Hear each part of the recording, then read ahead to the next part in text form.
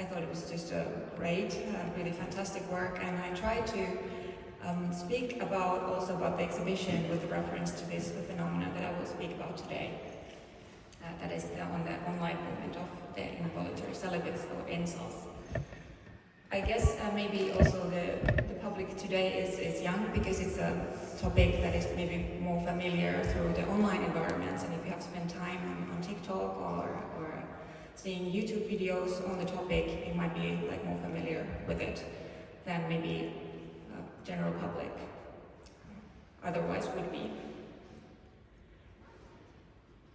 Yeah, so I know that the artist is also dealing with contemporary topic through this historical material that she's working on. And the idea is also, as we can see from the artworks, there are Porsches and there are iPhones, and so the idea is also to kind of pinpoint something that is current in our contemporary societies. And the curator of the exhibition, Søren Grammel, has written in the brochure that you can take with you after this talk if you haven't seen the exhibition yet. He has written that this exhibition, Savoir Vivre, poses the question why so many people today yearn, at least in fantasy, for a world whose social life is structured by hypermasculinity and stereotypical gender roles. And he also continues that when there is some progress in equality and topics around, for instance, gender, racism, or other social injustice, whenever we take steps forward, there also come backlashes. And backlashes are these, quote, pushbacks against social change, seeking to restore, strengthen, or, in extremist variants, absoluticize traditional norms. They demand a return to traditional values, in particular in the form of the conservative structures of heteronormative social orders. End of quote. So today I'm talking about incels here in Heidelberger Kunstverein, because incels, we can frame it also as a phenomenon that is about kind of trying to take back the conservative structures and heteronormative social orders, and it has also been framed as an extremist variant of this backlash. I was also asked not to be too academic, so I guess it means don't be boring. But if you are more interested how me and my colleague, Ruth Rebecca Tietjen, have addressed this topic by philosophical means. We both come also from philosophy of emotion, so we use like philosophical tools, analytical concepts, and so forth to describe and analyze the phenomenon. So we have written this is recently published article of ours, The Rage of Lonely Men, Loneliness and Misogyny in the Online Movement of Involuntary Celibates. So if you're more interested in the theoretical framings, please, you can find that just online. It's an open access article on the philosophical journal Topoi.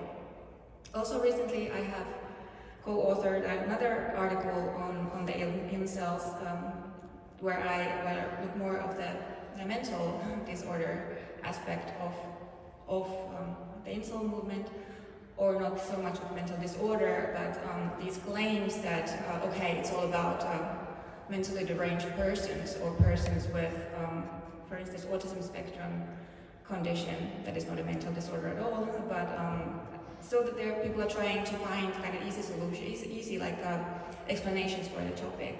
I think otherwise, but that's something that is under review. So I have tried to discuss also that aspect, mental health aspect of the phenomenon.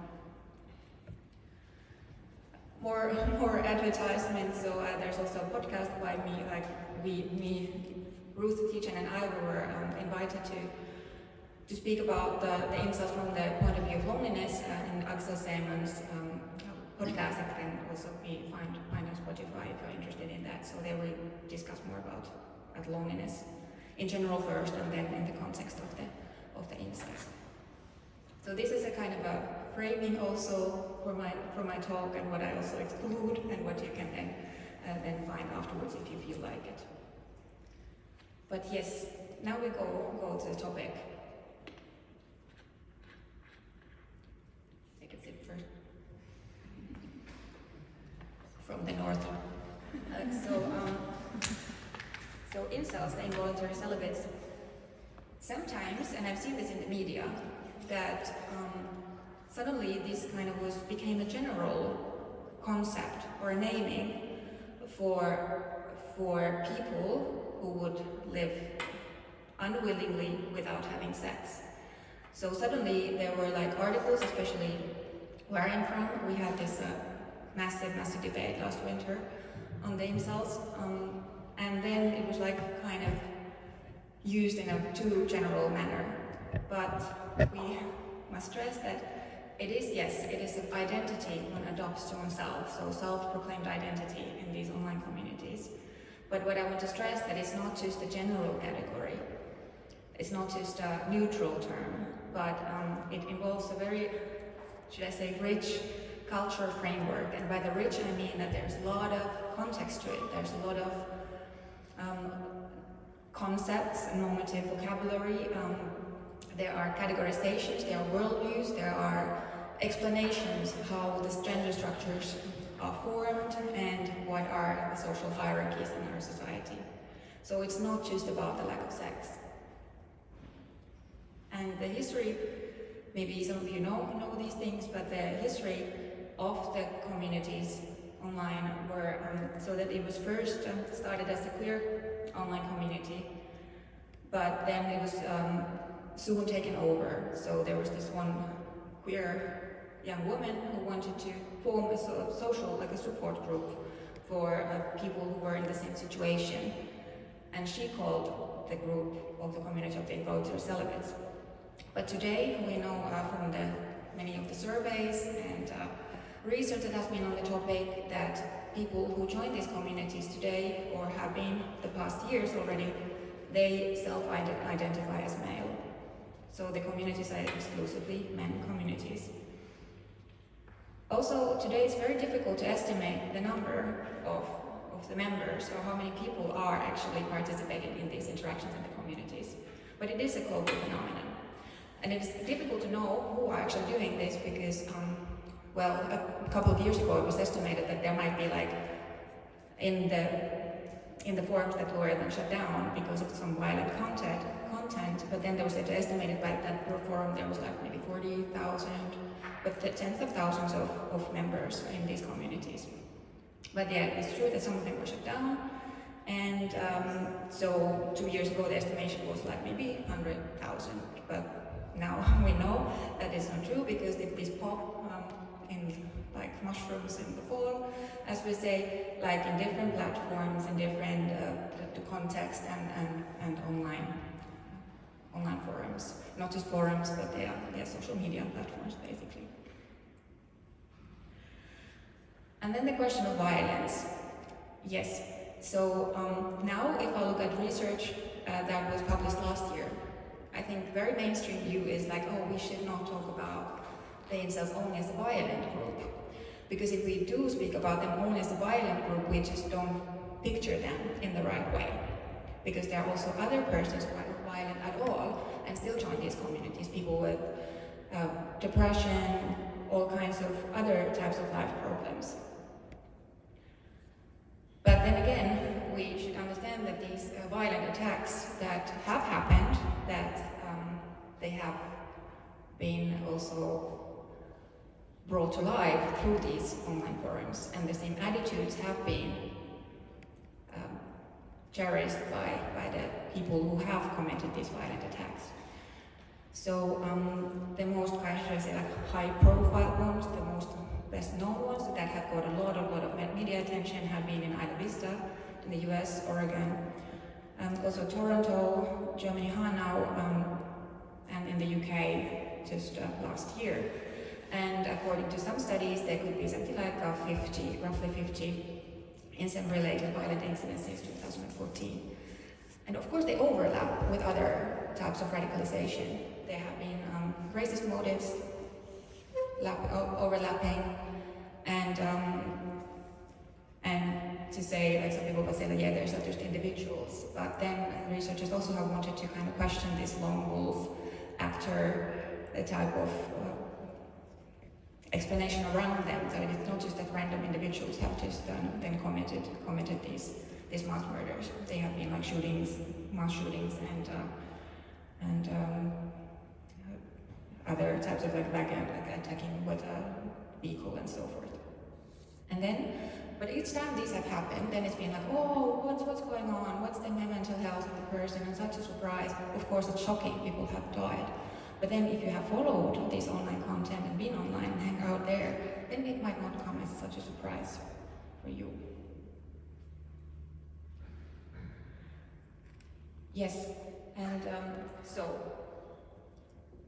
as I'm kind of against this general use of the term incels, we must just place it, frame it, and contextualize where does the group come from in this, or these groups come from in this current form. So they can be considered and are considered as a subgroup of these online networks of anti-feminist men activists that are in general called the manosphere. So all these networks together form the manosphere ideology, or manosphere way of looking at the world and looking at the gender relations in the society. And there are also other groups involved that the incel should be located and associated with, such as other men's rights activists, those pickup artists who sell and promote all types of strategies to picking up women and manipulating them. And then there's also a group called Men Going Their Own Way, who think that women are so toxic in general that life is just much better without women in general. But what they do have in common, they have some features, and one of them is that they think in general that power is and it should be held by those who perform masculinity in a certain way. As we can also see here in the exhibition maybe. But in general, the attitude is like, yeah, feminism, it just has gone too far, that it's actually women who have all the power. Perhaps depicted here, I don't know the artist's intention, but this was in my head when I saw this detail of her work. And also the idea is that it's women who actually, they have the power to choose. They can swipe right or left. Whereas there are so many men in dating apps, for instance, who don't get any attention at all. That it's just women, that they just have to appear there and they get like hundreds or thousands of likes just by being there. Whereas men are just 90% are just left completely alone and do not get any attention or some sort of acceptance and validation for who they are.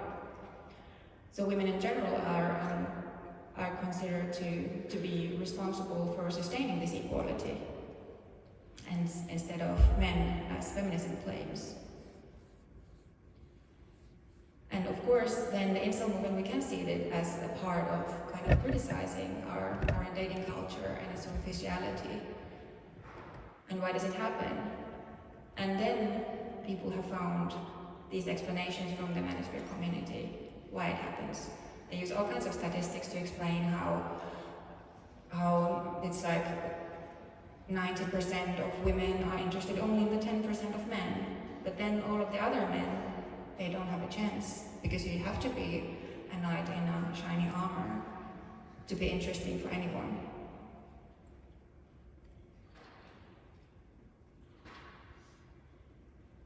So actually everything that we are doing in our lives from the male perspective is for the women. And they are running the show. They are looking from the balcony down at you through from their nose, and they are saying I like that one.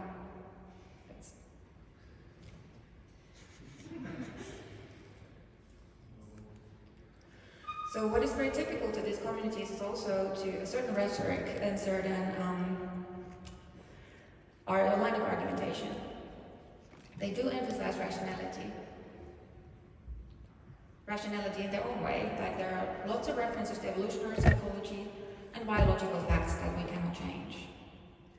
And this means that there are lots of references and all kinds of ideas that have been presented also in the scientific form, that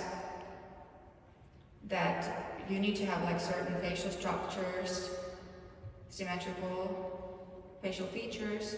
Men need to have certain type of jaw to be masculine enough. you need to be of certain height, certain weight, and your body needs to be built in a certain way that are attractive to potential mating partners. So this is just mainstream view in all of the manosphere communities. Also, what is very common is this economic vocabulary, explaining things through sexual market value.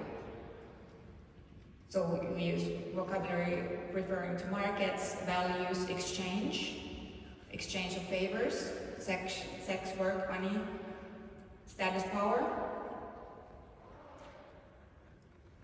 And of course this is a discourse, because all discourses, they shape how we are able to, and the choice of words, shape how we are able to perceive phenomenon, how we are able to explain what is going on. But based on these explanation models that they use, they have also very rigid social categorizations and rankings of people with very specialized vocabulary. Like people are categorized into, like women into Stacies and Bettys. Stacies are the desirable ones, and Bettys are the not so much. Stacies are these blonde sex bombs, Bettys are like mousy nerds. There are all kinds of jets, reds, alphas, betas, normies. Normies are the average from 1 to 10. They're a scale in the middle somehow. Nothing so specific, but they still have sex. Somehow they still are able to be, maybe they have some other assets that they're able to have an intimate partner. Or maybe several ones. And now I think that when I try to figure more about these rankings and categories, they just get more and more specified, so there are all kinds of different types of normies. Normies around. Then also this tendency to, and the wish to explain things rationally. It can be seen also how they present their message. This is from Wikipedia. I took a screenshot just yesterday when I was preparing this presentation. So we usually think that Wikipedia is something that kind of reliable, and there have been like studies that it's kind of good. It's like the open peer review system, it works and so. And people just add their what they find is correct, and then it's something that is not so correct is taken out. So of course there's also an introduction to what is the Incel Wiki. Encyclopedia of its own. And there we can also see all kinds of like statistics, for instance, is provided there. So this is the actual Wikipedia website. But then the incels have their own Wikipedia, and I took these out. So it looks the same. If there's a claim, there's also reference to science. And the claim might be something that women are vicious, evil. There's an entry in the theory section here. There's feminism that I will just show to you also. But there's an entry on slut, and also other types of hypergamy. I think it's you have to click them yourself if you want to go there. But there's a general idea that women are just hypergamous by nature. That women just have sex with everybody and anybody, and especially the Stacies, that they are just like eager to have. So it's kind of very this pornographic influence on seeing these Stacies, who are kind of the stereotypical popular girl. But yeah, I clicked the entry on feminism, and it's also part of these movements that they reconceptualize phenomena or reconceptualize terms. And there's a reconceptualization of feminism going on here as well. So what the first sentence says, I read it: feminism is the process by which women take credit for the innovations by mostly celibate men, which make them want to enter the workforce more. So what is said here, concretely, is that actually all innovations in the world have been done by the incels and like people living in celibacy against their own will. And now women just want to take all the credit of it. And that's why they want to have these things that they want to, that are kind of demonstrating, and that's why they want to work and have other types of life than just a conservative lives at home. So below this sexual revolution picture, it says, it is not only a reaction, but it's also philosophy. The philosophy falsely claims that men currently have more societal power and reproductive choice than women, and therefore national movements must seek to give women more power and choice, equality. And if I look at the former government in my home country, we had like 5 women who were leaders of the party who were in their 30s. And now that term is passed, we've had a backlash already. We will have a populist right-wing party in the next government. But they claim, and they wanted to say that the parties were feminist parties, that the policies are feminist. But this is exactly what the incels are posing. It's exactly this, like, oh no, they should not be like national level feminists. What are they thinking? This is just like increasing the inequality that the women are sustaining in our world and Western societies. Yes, of course, they provide lots of facts about women based on their scientific research. Yes, starting from here, it was so great that when you walk up there and you can see the figures from the behind, you can see that they're completely shallow. That's like one of the most typical claim. It's women are shallow, of course, but then also this very kind of duality between they're shallow and uncomplicated these daisies especially, but then they can also be very, very complex, and you never know what they're thinking. It doesn't matter that there's a contradiction there, but that's how it's portrayed. Women are cruel, evil, whatever you can be. And then there are also the superficial ones who have the power, but they will just settle, the popular girls also taking selfies in these pictures, they will settle the Stacies with, when they're like over 30, with somebody who's like maybe a bit lower in the rank. With these beta men, they will just settle it and have kids when their biological clock is like ringing. But then eventually they will cheat you with alpha male, because that's biologically what they're wired to do. Yeah, but there are many others. Then the manosphere uses lots of metaphors that are rooted, originate from the science fiction movie The Matrix. So you have the option, there are different color pills that they manifest somehow your attitude in life in general, and it gives you a philosophy with it. So taking the blue pill, it means you have the option to have, like, which one? Blue, red? The manosphere community, they're the red pillars. But if you just take the blue pill, your life that is just mediocre, kind of, you just will settle for a boring life, you will just continue to live in this false consciousness, but you don't really know the truths about life, and you don't know how this works, like life, the gender relations, how they actually work, and you don't know how the women are just trying to manipulate you through feminism and all these movements. But if you take the red pill, it means that then you are enlightened about the facts of life and women. Then you know the truth, and then you can act on it.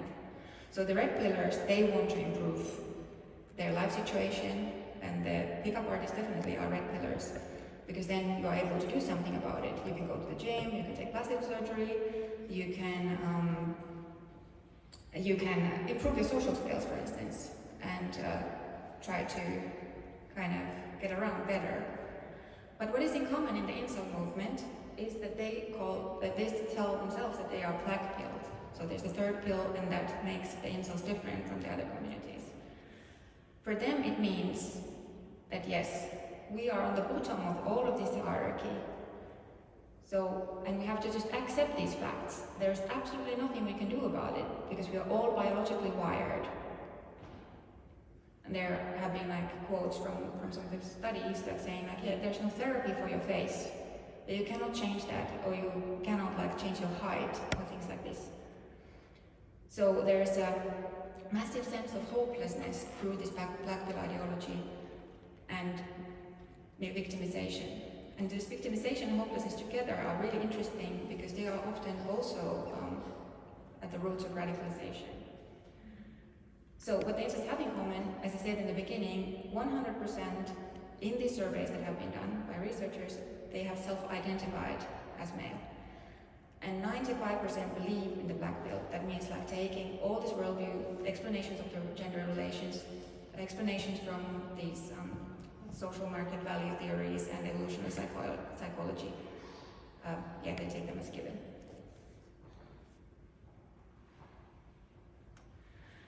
But then we ask why? What is this now? Like, is it that people are just so lonely, or are they suffering from mental health issues? And the research, there are like brands in both of these. Like some say that you're lonely and mental health issues, or very different combinations of different conditions. Often history of being bullied, major losses in life in general. Also, what stands out in research, symptoms of depression, anxiety, and autistic traits that are not mental disorders, but like that you are on the spectrum, which comes with specific types of vulnerabilities. But of course, we cannot, like the problem of this type of explaining is that we cannot just make this an individual, like a case of an individual, that is because this person has this and this vulnerabilities or traits.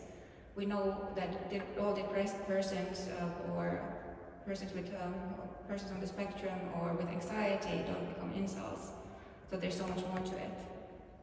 Also, some studies are explaining this through political radicalization and manipulation through the online communities. But then the problem is the reverse one, that then we kind of might lack the perspective on the individual, but we need to understand why people go there.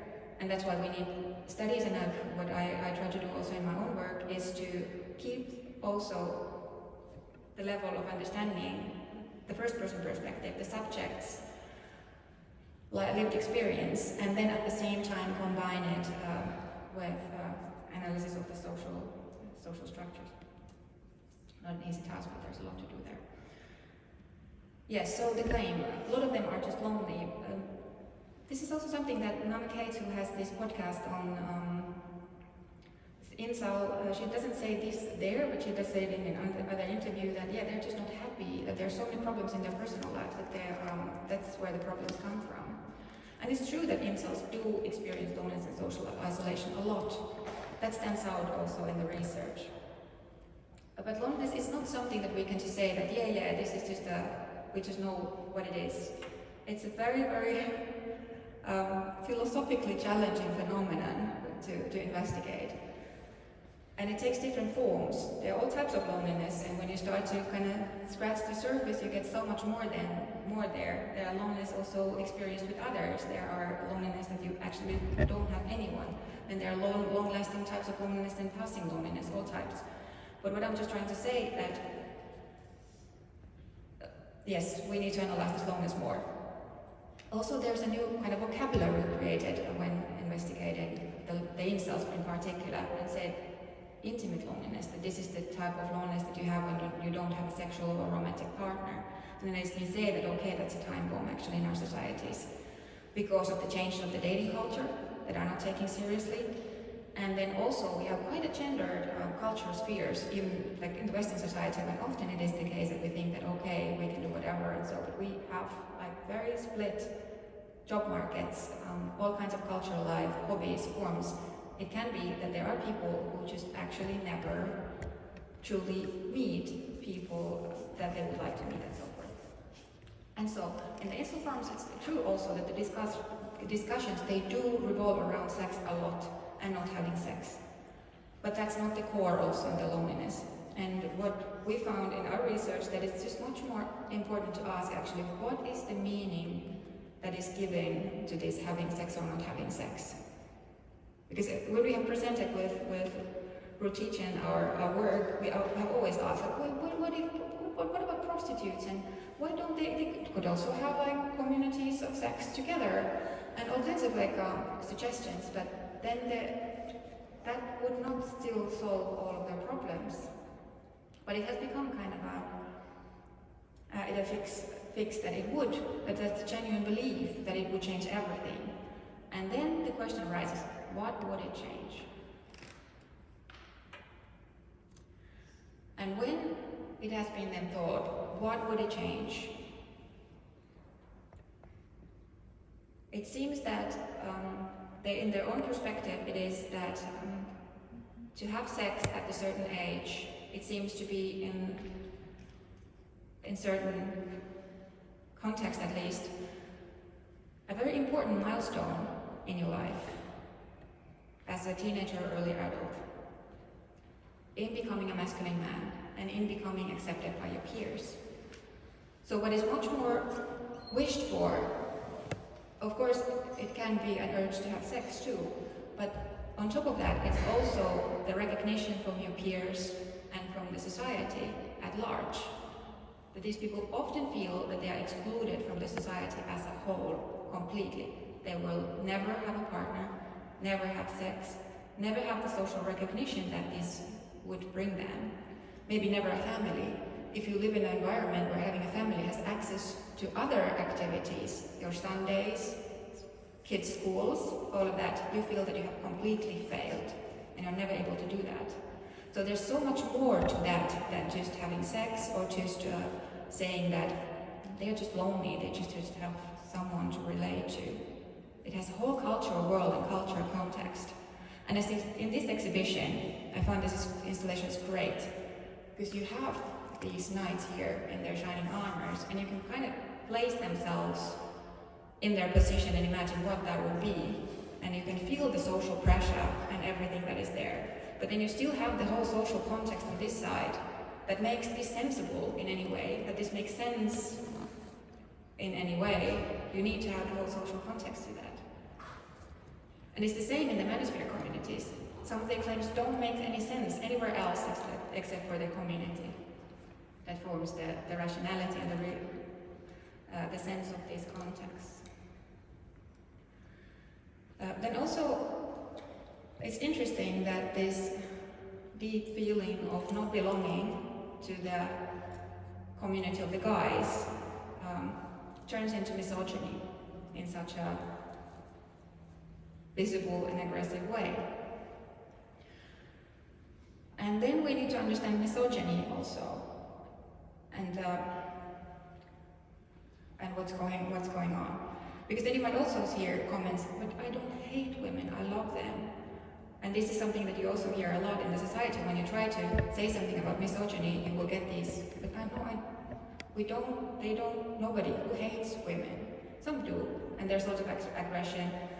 And then we need to make a distinction between different types of emotion. There's hate, anger, rage, all types. In misogyny, it is important that, at least it's very common that it operates with very different types of emotion, not just with hatred. It can be part of it, and often is part of it, but they're also like disgust, contempt, all kind of attitudes that women are a bit more down there somewhere. Women are filthy. Their sexual behavior it's scary. Yeah, so my point is that misogyny takes different forms, not just explicit expressions of hatred. Then what is also very typical are all kinds of dualistic categorization of women. All kinds, or a complete witch, or I don't know, princess, angel, devil, slut, Madonna, nun, whore, all kinds. And then when women try to mix these, and this I've seen actually a lot of on Twitter also. There was a young female philosopher who posted a picture of herself and said that, yeah, there was like, usually people think that philosophers look like Hegel, and then there was a picture of herself. And she got such a shitstorm, and she has now like written about the experience. Massive shitstorm, like coming straight from what I've read also in the Manosphere Society. Because somehow people could not put these things together. It was just, whoa, oh, she was a miniskirt. Too difficult now. And then also what is common is this kind of mystification of women. And this you can see also in the incel communities, you can see all kinds, but like also they call sometimes, some of them at least, women femoids, which means that it's like humanoid. Like they're so alien, so strange to me that I do not understand. I would not know how to talk to them. if I saw one or if I had the chance. I just don't know because they are so alien. But what is like misogyny? It doesn't depend on gender, as we can see in our societies. It's a way of using power, and Kate Mann, who's a philosopher, has said it's about putting women back in their place, because of something that they have done. They have been a bit too good or taken positions that were then supposed to be. So now we show them for nothing. Go there. Pour some coffee, girl, has been told to one of the Finnish prime ministers. Yes, so also that you would think that maybe the incels or these communities, they find them, if they're so lonely, that maybe they didn't find each other and become less lonely. And some studies have said that, yeah, some feel that they connect and they get some support, and that's why they go, like they seek support and understanding from others. But not necessarily in the long run. And what has been also, has been one of the research results is they increase hopelessness, massively so. Because of the black pill ideology that 95% usually believe in, it implies a very, very profound hopelessness that you cannot do anything. Also, these communities, they turn these feelings of inferiority, I'm nothing, I'm the lowest rank in the hierarchy, that they are turned into misogyny. Then also what is peculiar about the black pill ideology is that it immunizes these persons completely from improving their situations or any type of interventions. They have been also therapists going to these groups, like trying to suggest positive outlooks or positive what could be done type of things, but they just think that actually it's very common to question all kinds of therapeutic practices, just to say that no, that's just manipulation. It also comes from feminine side of this world, but also that it just teaches you, like all therapeutic practices, that teaches you just to adapt to the society as it is. No, we don't want that. I don't want my mind to be fixed in a way that I will just settle. Also, what happens in the incel groups and what increases the hopelessness is that there's no solidarity beyond that group. So if people tries to exit it, you are put back to your place. If you have even tried to tell us a positive story, this happened today, I talked with a girl, you will be like accused of bragging and thrown back, or just excluded from the community, and then you're alone again. So now I will come to my conclusion, or what I have said. I will wrap this together. So what I have said here is that incel, it's not a neutral term. Like I started to say, it has a cultural context on it that is located in the manosphere communities and the networks of anti-feminist, all kinds of research forums and so. Online forums and so. I also say that inceldom cannot be explained merely by individuals' mental health problems, as is sometimes done. But still, the feelings of loneliness and hopelessness, they are real, and we should look at them as truly felt phenomena. But now you could think that, okay, what should we change then? And at least how the communities seem to see this is like that they don't try to change the social hierarchies based on hypermasculinity, but instead they are willing to accept the norms as they are. So instead of like breaking the hierarchies and the norms, they are trying just to go a bit higher in the already existing hierarchical ladder.